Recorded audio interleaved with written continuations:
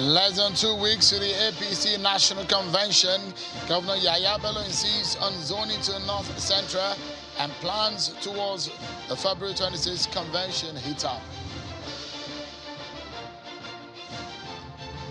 And President Buhari transmits the supplementary budget 2022 to the National Assembly less than 3 months since signing the actual budget, with over 2.5 trillion budget to fund subsidy.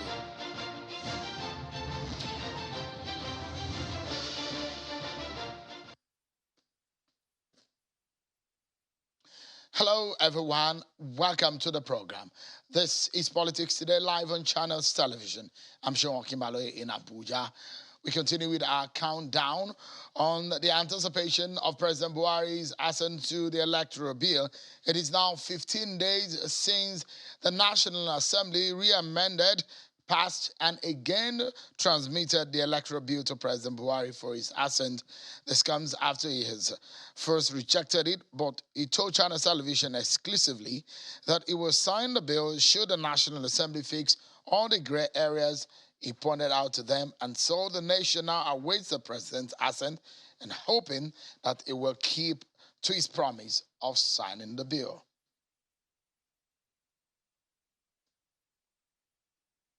Let's tell you that President Buhari has departed the country today for the 6th European Union African Union Summit in Brussels in Belgium.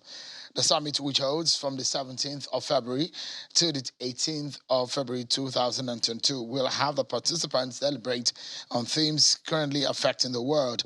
The president will use the opportunity of the meeting to have other bilateral engagements. The president will be accompanied, or is accompanied, on the trip by the Minister of Foreign Affairs, Ambassador Geoffrey Onyema, the Minister of Health, Dr. Osagie Ehanire, the Minister of State for Environment, Sharon Nakazo, the National Security Advisor, Major General Babangana Mongono, Director General of the National Intelligence Agency, Ambassador Ahmed Rufai Abubakar, and the Chief Executive Officer of the Nigerians in Diaspora Commission, Honorable Abike Dabiri-Arewa, will also be part of the entourage. President Buhari is expected back in the country on Saturday.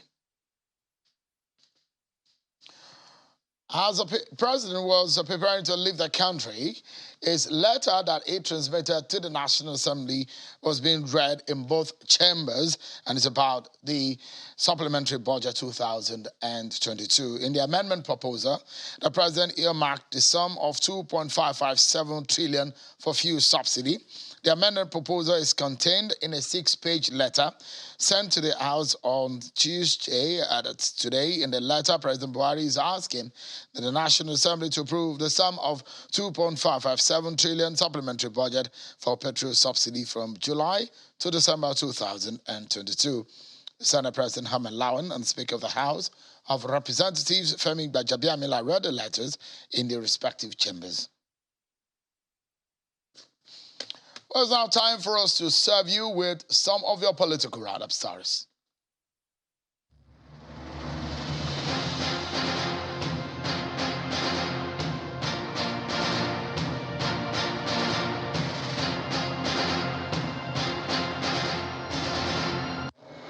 And also, come forward.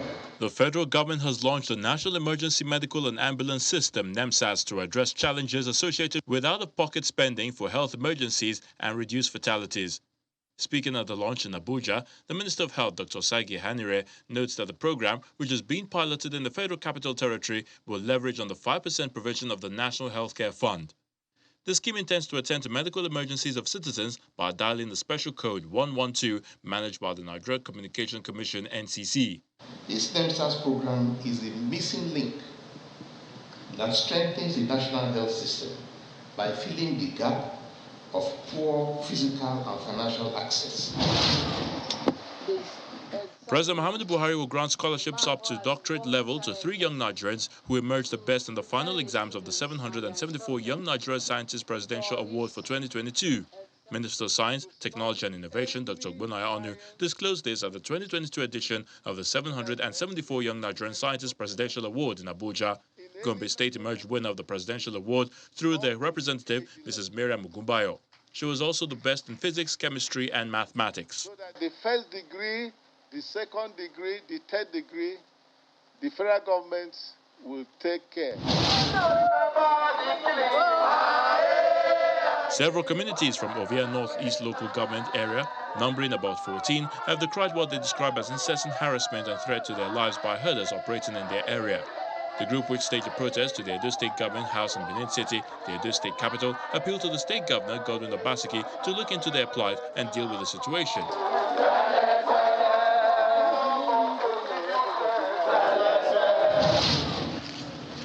River State Governor Nyesom Wike has defended his decision to construct multiple flyovers in the state metropolis, despite criticisms in some quarters that the initiative is a waste of resources.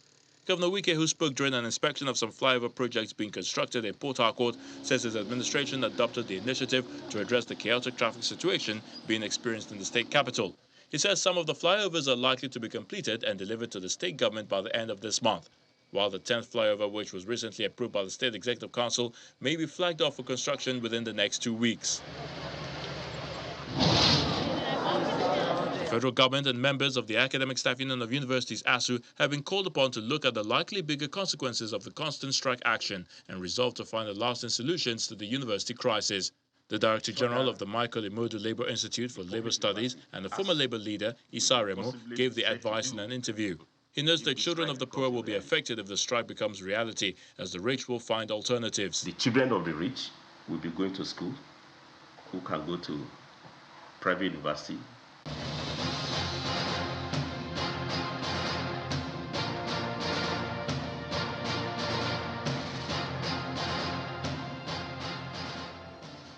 All right, then, let's tell you about some of the stories that you need to know now. The politics of APC in Osun State is getting rather interesting. And perhaps it's in the kind of division between the former governor and the Minister of Interior and the sitting governor, Governor Oyetola.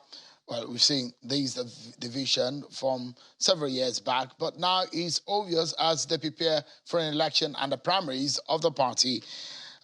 Today, a governorship aspirant in Osun State, Alhaji Moshood Adeoti, has held a sensitization rally for APC party members in Osun State. In attendance were the Minister of Interior, Rauf Aregbesola, faction and party chairman of the APC in Osun State, Razak Shalinshile, former Speaker of the State of House of Assembly, Honorable Najim Salam, and other party chieftains in Iwo. They held the rally today, and it took place at the hometown of the former secretary to the state government of Osun State, Mr. Adeoti, whom the minister, Aregbesola, is rooting for.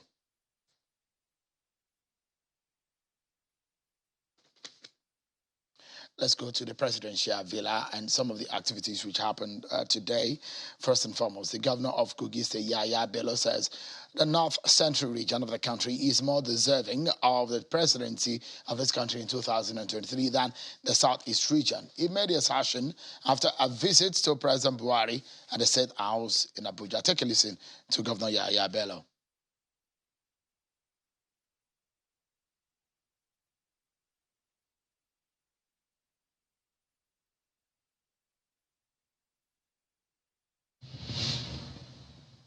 Well, if you're talking of Southeast, then you equally talk of North Central. You equally talk of North Central. Not only since 1999, but since 1960. So what do you talk of North Central? Both president and vice president. So put the situation of Southeast and that of North Central side by side. Then who is more disadvantaged in terms of the position of presidency, both president and vice president? So if you put both sides together, then let's do justice. And whichever way you look at it, I am eminently qualified. Informing him is between myself and him. It is not what I should come to the public to tell the world that I inform Mr. President that I want to run. But surely, days and possibly weeks ahead, we are going to come to the public to declare our intention. I shall declare after February, by the grace of God. Some definite words from Governor Yaya Bello about his ambition. Well, The Imo State Governor, Senator Hope Uzodinma, was also at the villa. He's saying that there is no intention to move the February the 26th APC National Convention date. But there is nothing wrong, according to him, if it is moved. He also met with President Buhari. Governor Hope Uzodinma has indicated that the February 26th date for the National Convention of the APC might not be sacrosanct and can be moved if the party deems it fit. The governor would declare this in a chat with State House correspondents after meeting with President Muhammadu Buhari in his office in Abuja. APC is not a mushroom party. APC is a giant. It's the largest party today in Africa. And that is the party that other small parties should copy. Because all small parties come to do zoning, do that and that. Their internal mechanism must not be the same thing with that of APC.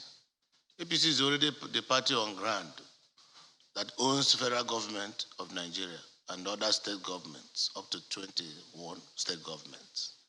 So the discretion on how and when to do their convention should be an internal party affair. And the APC is the one wearing the shoe. With a credible leadership, they knows when to move and when not to move. So I think we should just watch, because under the constitution of APC, buying form is one thing. We have 3 modes that we can adopt to elect our officers. But what is important is that we must have our convention. We have said it's 26th. If for anything, for any reason, tomorrow is not doable in the opinion of the party, we will move. But that does not mean that there is any intention to move. Governor of Imo State, Senator Hope Uzodinma.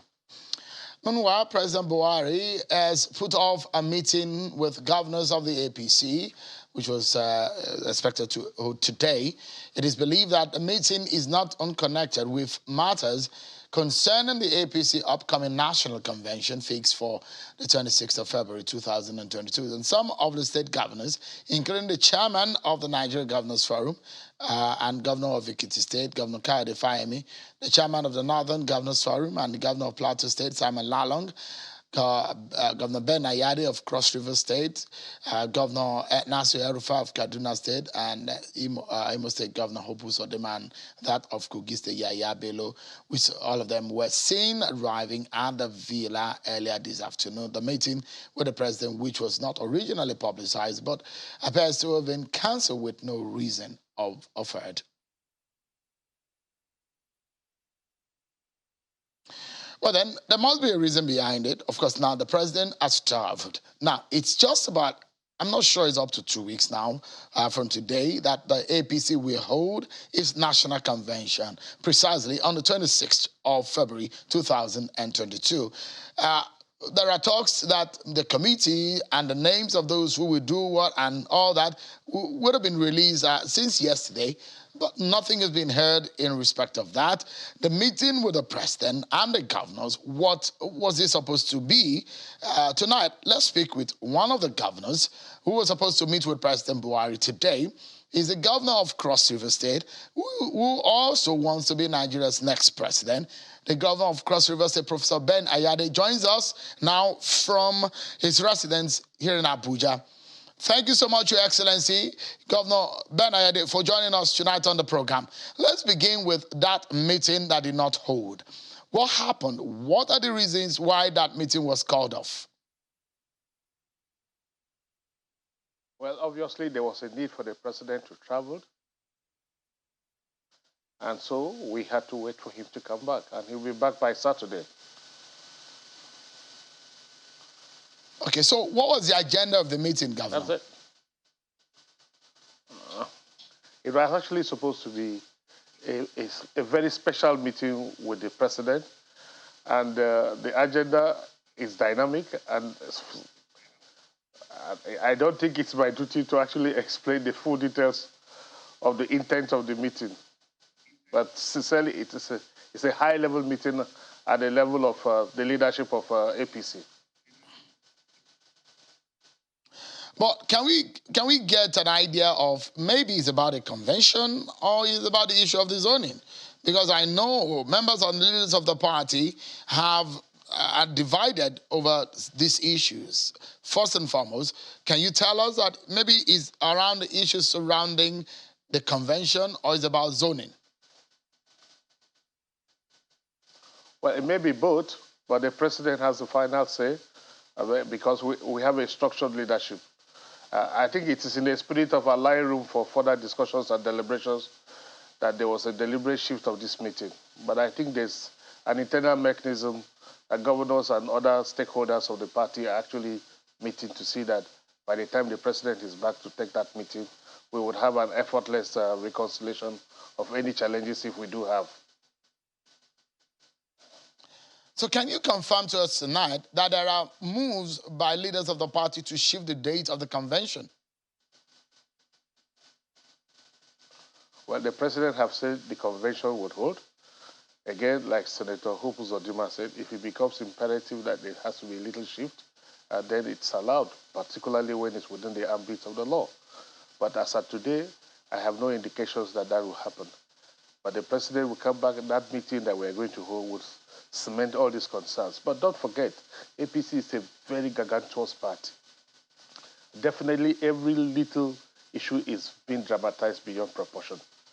In one single night, all of these issues that are being bantered will come to an end, and the party will have a focus and direction, and will go through the convention and come out stronger and better. And I've always said this. One will imagine that a convention of this magnitude, especially for a ruling party, we understand that as at yesterday, there were plans to release the different committees to work on the convention, but that has been delayed. Nothing has been heard about that. Perhaps linked to the possibility of the disagreement in the ranks and file of the leaders of the party about the convention date and some of the issues that have been raised. Is it? Yeah, but there's a socio-industrial housekeeping going on. And so that takes some time. And that will allow us to actually clean up the house very well as we move forward. So this little break is to allow that happen. And I can tell you it's tactical, it's strategic, it's technical, and it's the right way to go. But just watch out, you'll see how we'll come out of the convention. Definitely, there's always a tradition. So once you're a big party, you're likely to have challenges towards this kind of period. But once you're done with these challenges, then you're ready to go. This country, as it were, can't even afford a change of government because Nigeria cannot continuously and perpetually be in transition. And so we need to mature the ruling party, and that's why I moved from PDP to APC, just to also add my own voice and experience to build up a national party that will actually bring value to this country. We cannot continue to run this cannibalistic party and process where the failure of a ruling party is the success of an opposition party. So all you do is to see how it fails. So the national growth fails. If you look all over the world, nations that have really made progress are nations that have had a very stable government, a very consistent and long-term leadership. But for a third world country to run a first world democracy is quite primitivistic. It's just like the lifestyle we live in Nigeria is a first world lifestyle in a third world economy. So there's a disconnect. There's a broken corporate personality in this country. And until all those will be addressed, if we don't, you continue to have this situation. And that's why I have moved to the center, to socket to the center, to really add my own strong voice to the credibility and stability of this nation. Because the young people are watching, and I'm seeing that politicians are beginning to play politics with their future. Politicians keep themselves busy with politics year in, year out at the expense of their future.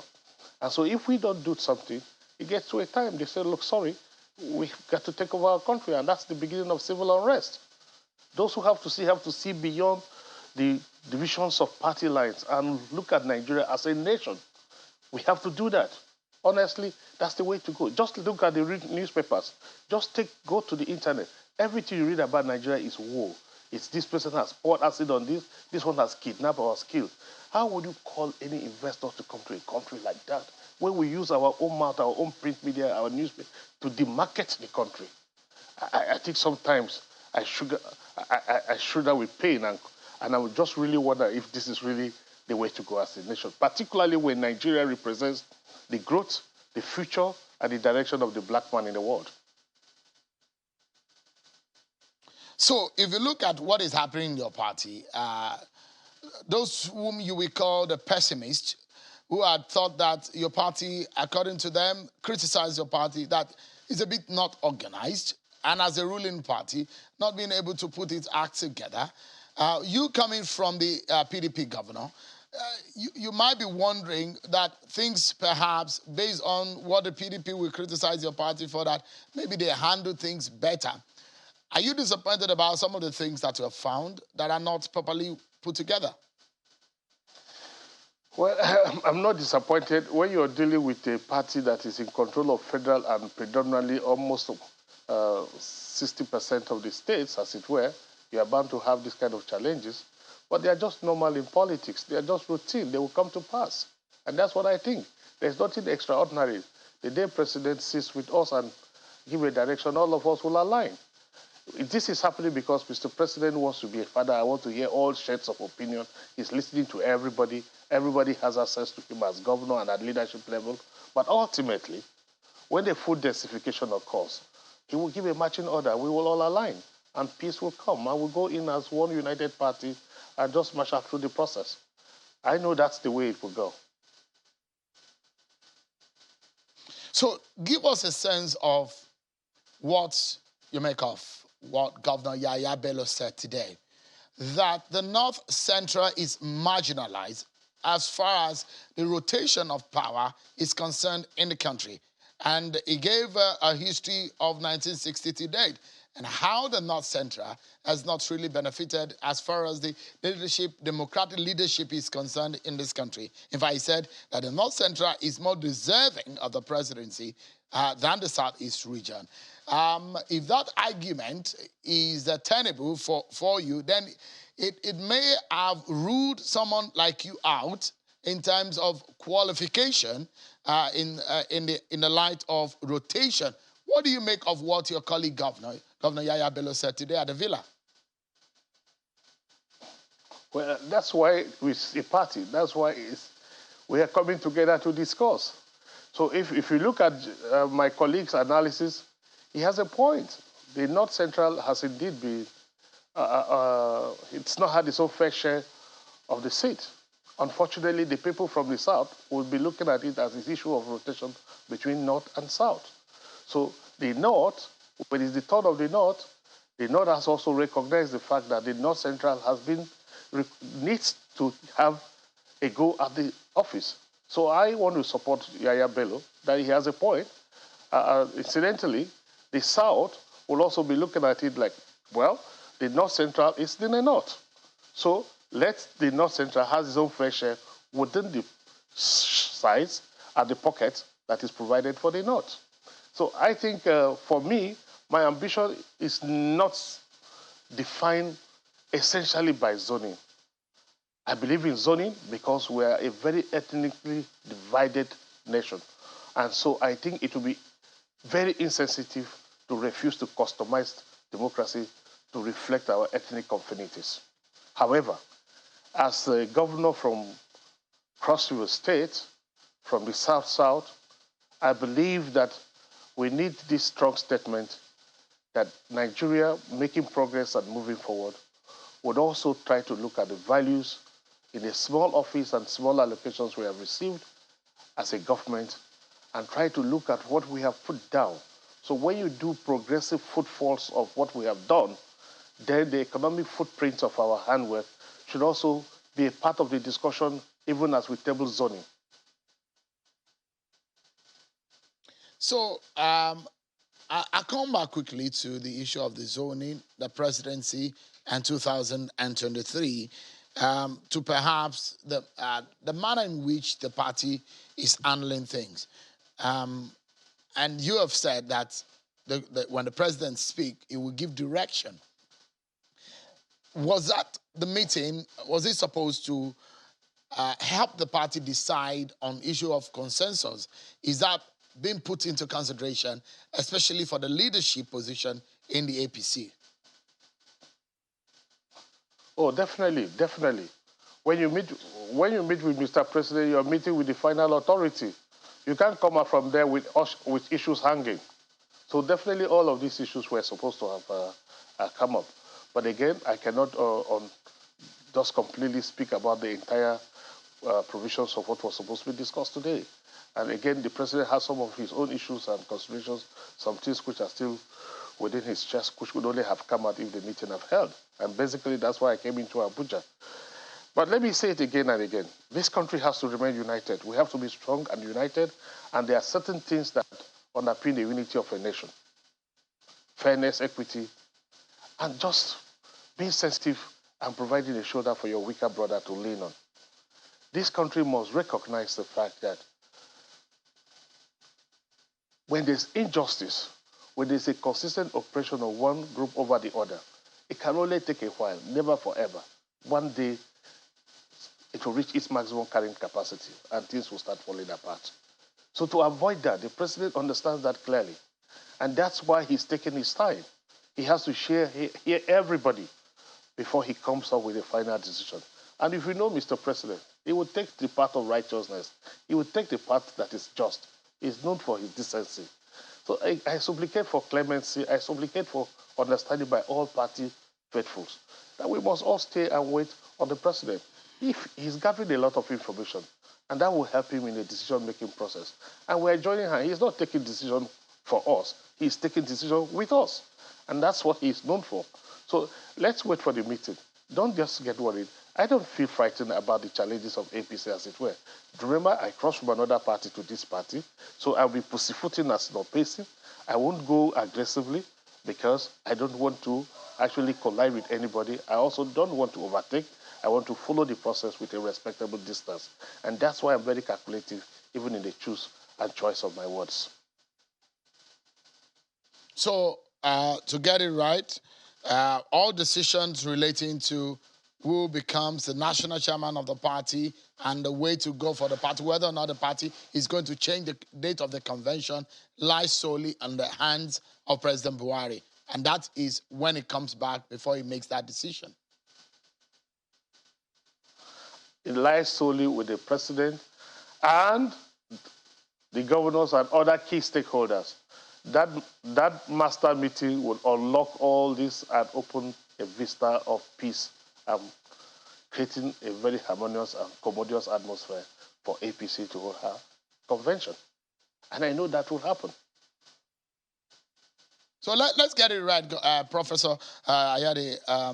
So those of you who were supposed to meet with the president today, you are a delegation from the APC Governors Forum, the Progressive Governors Forum, a delegation that is asked to meet on behalf of the governors with the president to make this decision. Is that right? Well, I represent the South-South. And if we had met, they would have known all those who are invited to the meeting. At this point, I know that I was invited on the strength of my position as driving the leadership of the South-South. That's why I was there. And my responsibility from the perspective of politics is to articulate the position of the South-South in this entire complex issue. What is complex about it? The issue of zoning, whether north or south, whether which place has the bigger vote, and where we are likely to be able to produce the presidency depending on where we zone to. But at this point, as somebody who is representing the opinion of the South-South, my position will be articulating what fits the interests of the South, taking into consideration all the other key stakeholders who are will be longer in APC than myself. We have to consult with them and take a position that fits us as a people. Bearing also in mind that whatever our interests must also meet the aspirations and yearnings of the unity and oneness of this country, which to me is the bigger consideration above every other thing. I wish people were like me. I wish people were like me. These things, if we want to have it, just have it. Let's have peace. Let this nation move away from politics to research and innovation. I'm just tired and sick of politics. And you, the press people, have not helped. I wish I was being cross-examined on thermodynamics or physics or what I've done in my state. I would rather be more comfortable with that than politics. This is a third world nation. We've just run the country aground with politics. The young people are watching us. Every day we're on TV, it's politics. When can this country talk about research and engineering? People are doing inventions. Go to internet, go to TikTok. If you look at TikTok in China, you see people inventing small technologies, bringing new cultivars, new breeds. Look at the shame. China today has planted 2 million trees, cocoa. China will be a net exporter of cocoa in a country that otherwise does not produce cocoa. China is a net exporter of cassava and yam from research. And here we are in a third world country. All we know is election and politics and politics. When will we outgrow this? 61 years after, we're still acting as if, because the access to power and money lies in politics. The real industry in Nigeria today is politics. Why would we be like that when the whole world is looking at us? I think it's really very, very sad. And I would like to come here on this platform to speak more about the future of this country. Let's speak more about what Nigeria can do. And that's why I coined a new word. Governor, Afrosionism. We are due for a break. Thinking Afro, but thinking in this African. next half, you will have the opportunity to speak about your agenda. I know you have an agenda for 2023 and what you hope that this country should look like. Then we'll be able to engage you on what you have done in Cross River State, whether or not the Nigerian people think that is you're deserving to lead this country. We'll get to that. But of course, we need to also discuss those who want to lead this country, because politics drives our life as a people, and that's why it's important to talk about it. We take a breather, and our conversation with Professor Ben Ayade, the governor of Cross River State, continues right after now. Stay with us, everyone. We'll be right back. Thank you so much, everyone, for staying with us right here on the program. It's Politics Today on Channels Television. Our guest tonight is being Professor Ben Ayade, the executive governor of Cross River State. He's here live with us from his residence in Abuja. Thank you so much, Governor Ayade, for your time tonight.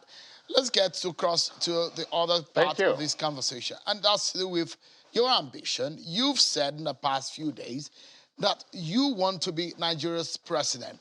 And a big question here is, what exactly is driving you to wanting to become Nigeria's president? Why do you think you are the best man for the job? First, I've only offered that if he becomes available to the South-South, or to the South as it were, I'll be willing, if it's the opinion of my party, to put myself forward. Experientially, I have served as a senator and I have served as a governor, as a second-term governor.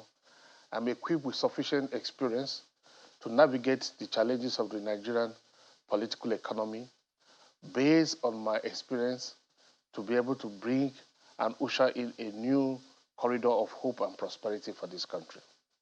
Nigeria is blessed with so much natural resources and so much human resources. What has actually been lacking is leadership and followership. And to manage these two, to have the full harvestation and full value of the natural resources and human resources, it requires experience. And that's the experience that I'm bringing to bear.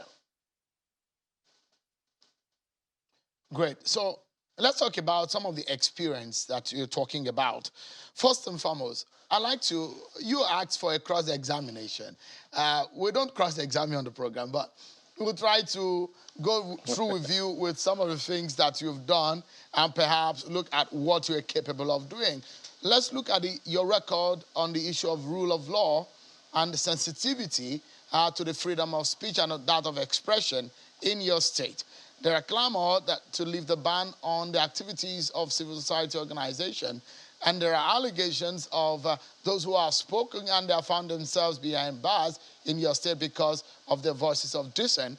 And these are some of the issues that have been raised on your profile as a person, as a leader in your state. How do you think these will pan out or rub off on your willingness or agenda of wanting to become Nigeria's president? Well, I'm not aware of what you are saying, because essentially in Cross River State, if you get to any of the platforms, they write whatever they want to write, and nobody has ever given a hoot. But if somebody chooses to join a protest against federal government and federal government arrests the person, and you look at his own data and information, even on his own web page, he has detailed information and pictures where he participated in a riot, and government arrests him therefrom and prosecutes him. How can that be Ben Ayade? Federal government versus federal government was clamping down on everybody. That's the only story I know related to that. Otherwise, we don't have such issues at all. In fact, since I've been a governor, there has been no political killing. There have been no political crisis leading to two parties clashing. I have a very refined approach to politics. If you think you know too much, just have it. I have never fought back. My political philosophy is politics with ethics. Everybody knows that.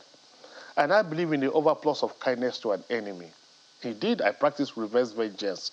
So I've never had a situation where I needed to confront somebody because he wrote differently. Somebody recently just calculated how much I have budgeted for a project and calculated that all of that money has been taken. I flew to India to inspect the transformers and equipment that were being shipped for my Tinapa power project.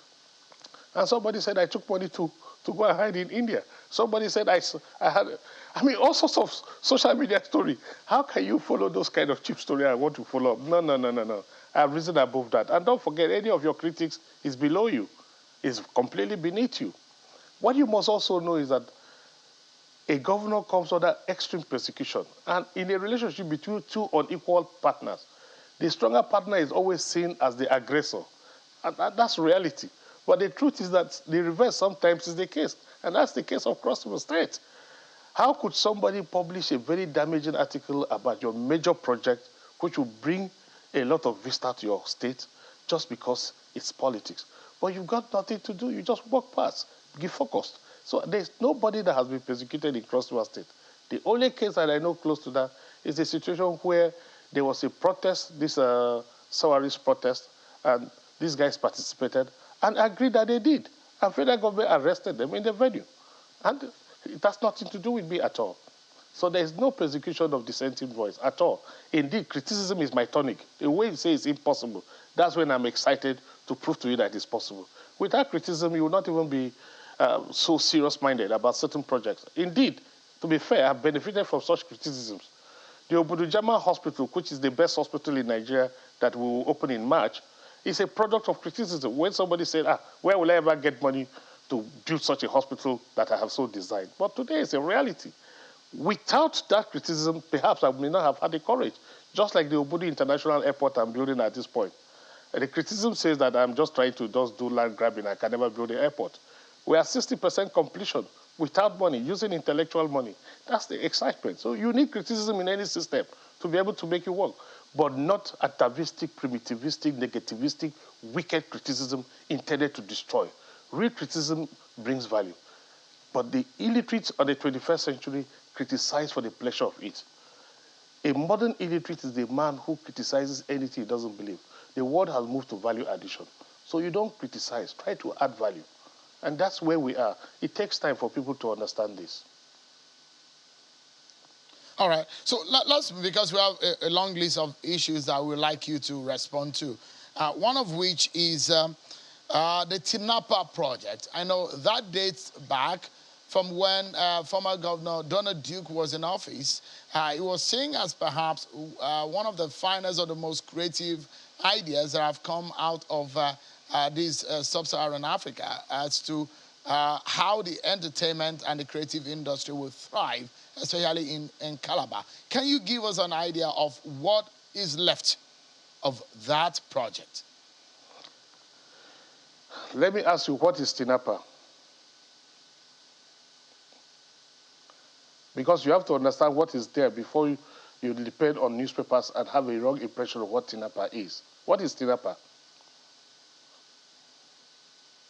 Yeah, can I say, I'm the one asking the question. We want to know. And it's part of the project that is on the ground. And Tinapa is not a new project. I'm not sure anyone who is watching this program tonight is strange or new to the Tinapa project. And we're asking, what is the update on Tinapa?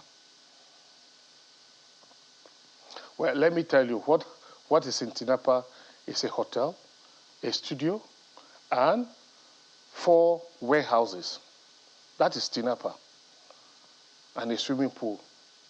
So what is there? The 4 warehouses are still there. The studio, I didn't meet it working when I came into office. And the hotel, it had challenges with power. It wasn't working properly because up till this minute, Tinapa was not connected to the national grid. So it lived completely on generator. Right now, I'm building a 26 megawatt gas-fired turbine, and I'm at 90% completion. I'm laying the gas pipeline to the entry gate into Calabar to do hot tapping of gas to supply gas to the gas-fired turbine. So for the first time, Tinapa will be connected to national grid courtesy of Ayade. Also, I spent a lot of money to invest on the monorail on Tinapa. I did the pre-commissioning, I did the installation of the monorail in Tinapa, I did the final procurement of all the things in the monorail that came into existence and started working before the NSAS. I did the refurbishment of the hotel in Tinapa, and it started working before the NSAS. What has happened is that there are certain software components, which is like the customs clearance, the issues of duty-free, and all the other things that were required to be put in place before I became governor. All of those things were not in place even before Senator Lee Limoke came into office as governor. And that places a lot of challenge. And there was a lot of over-leveraging on Tinapa. So you have AMCON on one side dragging, and you have other people who had equity investment in Tinapa dragging for ownership. So when you get to Tinapa to touch it, there are people who come up and say, look, we have a stake. Our money is here. So it's quite difficult. Right now, we're struggling to see how we can bring value to Tinapa. And that's why I'm putting the power plant. That's why I'm calling for people to invest. But even before I make progress, I have to sit with AMCON to get their consent. I have to speak with other people who had institutionally invested in the project. So it is always very unfair each time we want to speak about Cross River. The first question people always think is to go to Tinapa. Talk to me about the superhighway. Talk to me about the deep seaport. Talk to me about real sector development. Talk to me about things that have to do with the industry, job creation. We're going to get there in just a moment. But it's also very good also to put a closure to a project of about $450 million US. I mean, of course, I know that recently that the Cross River State is being asked to pay a certain amount based on what has been spent on that project. But the question is, how viable is a government-initiated effort? But the question is, how viable is this, and will it be for the people of Cross River State with all of the investment that you are putting into it? What is the end goal? What are you hoping that is going to be in it for the Cross River people? Unfortunately, that question should go to the incoming government. I have just 1 year plus to be out of office. I would rather spend my time to see how I can complete some of the key projects that I think will bring lush to my people. And I think that I will not want to take Tinapa as a subject for detailed discussion. Cross River State, we have a family kind of relationship. From Duna to Liel to myself, we are essentially of the same political stock before I moved to APC. So we like to provide shoulder for each other to lean on. I would not want to discuss because it will also start pushing me to think about how much I pay monthly on the over 328 billion loan that I met on ground that I'm suffering to pay back. And for those who don't know this, it's because I hardly would like to talk about this. For those who don't know this, they don't know what I'm going through. But please, let's talk about what I have done. Thank you. Just to put a note of finality on it, it was a project that left some burden on the state, isn't it? And probably a good idea, but bad approach. Is it? Can you describe it that way? Well, the concept was good, but I think also the timing and the fact that certain components of it that needed to be perfected ought to have been put in place by the initiator before exit. As at the time Senator Lee Limoke took over already, it was also clear that some of these challenges were already becoming so crystal clear that it was difficult for him to make progress. But indeed, he did his best. So I think that Tinapa is something we need to really rescue, but essentially, let's not dramatize it. I have 4 warehouses, they are open and available. We call them emporia, but basically, if somebody is available to take the warehouses, let him take them. There's a hotel which is there. If somebody wants to take it, we're ready to give it out once we get the approval of AMCON. The studio has already been cannibalized long before I came into office.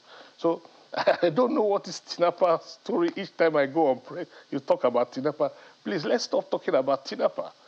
The name sounds sweet, but the project is there on ground for you to see. If I have 4 warehouses and I keep asking me, what was this for 4 warehouses? It's not like it's a factory or there's an engine or there is something to do. It's just a warehouse to bring in goods to come and sell. Of course, unfortunately, in international practice, anything tourism, 70% of your patronage must be local. So you must look at the fact that Cross River is a civil servant state, which is what I'm struggling to change. And then you choose a sophistry, a consumption pattern that is not within the carrying capacity of the state finances. But be that as it may, with proper marketing over time, that could happen. But unfortunately, this project was being completed as the governor was exiting. And the transition into the next government came a difficult period because some loans were falling due for repayment. Just like as I am now, I've just been told that I'm in court for one foreign loan that has just crystallized. So I have 1,800 cases as a state to deal with. And these are heritage legal cases. So I would not want to describe Tinapa as not a good concept. It's a good concept. But the reality is that the circumstances, the cost of the project, and what is required. Indeed, when I sought consultation, I was told that I need to take another loan of $75 million to be able to revamp Tinapa. And I said, $75 million loan on Cross River? And I said, what's the collateral? They said, Tinapa itself. I said, please let that wait for another governor. I will not mortgage my name or my family name to sell any government asset or mortgage any of the government assets until I leave office. I've got my name to protect. Name above money. And that's my policy. All right. I know there's a lot to talk about, especially for those who are interested in the creative industry and what Tinapa holds, the hopes that it held for Nigerians at the inception. But let's look at your economic efforts. You tagged the budget of 2022, the budget of conjugated agglutination. That is what you christened it. Presented 276 billion, but eventually passed or increased to 354. But this is what is you're popularly criticized for with your budget. Your critics have felt like your budgets are always out of the range, that you are always very ambitious about your budget for Cross River State. How do you defend it, considering the income that is accrued to and the revenue accrued to Cross River State? Quickly, there are 2 concepts of budgeting, essentially. There are actually 3. There's also a zero budgeting. There's an envelope budgeting, which is budget according to your carrying capacity, according to your pulse, according to your projected income, based on your medium-term expenditure framework. There's another concept of budgeting, which is the deficit budgeting. The deficit budgeting is the budget for developing economies. I hold an MBA. At a level of developing a third world to a fourth world, you don't budget according to your pocket, you budget according to your vision. And I have seen that the federal government has copied my concept of budgeting. The budget of the federal government this time shows a quantum leap from the tradition. And obviously, even the previous budgets that were within 7 trillion and thereabout, we have never had a 100% yield. Delivery. So what has happened is that you budget according to the prosperity agenda that you have set in your social highway. But what does that budget do? It helps you to provide a warehousing mechanism for third-party investment and for OPM, doing business with other people's money. Because there are 42 methods which you can do business without the use of money. One, if we decide to call for people to invest in either a national public offer or by way of equity investment or nature for equity swap, there are many methods. You must provide for them in the budget. So when those projects are not provided for in the budget and you have an investor coming in his due diligence, he will tell you, look, there is no approval from your House of Assembly that you can carry out, for example, the deep sea port. But if you warehouse it and you are now asking an international company to please provide for it, it will show clearly that there's a budgetary appropriation law which has provided for the deep sea port. That does not mean that you have no idea what you're doing. But truly, that's the way to go. And I can tell you, if I list what I've achieved against what the income of the state is, then you can see that my budget is the way to go. Now, when I want to spend on any project, the Governor, amount of money apologies to cut is in. the right price I to know get you've the job talked about done, industrial revolution and your idea of economic revolution in Cross River State. But to wrap up this conversation, what would you say to Nigerians is that one thing that you perhaps will leave as a legacy in terms of industrial revolution or economic regeneration that you have spoken about for several years as governor of Cross River State? What would that one thing be that you want to leave as legacy? The major legacy I'm leaving behind is to ask Cross Riverians to start shifting from the idea of being civil servants, salary dependents, to industrialists who don't depend only on their certificates but on their hands, their skills. Typically, the small industries I have set up, almost one in each local government, providing factories that would depend on raw materials in Cross River State, developing a cocoa processing factory from cocoa bean to chocolate bar in the place like Ikom and Etung, where the major cocoa producing takes place, a rice mill, vitaminized for that matter, in Ogoja, where rice is predominantly produced, vegetable oil in Bekwara, where granite is the major crop there.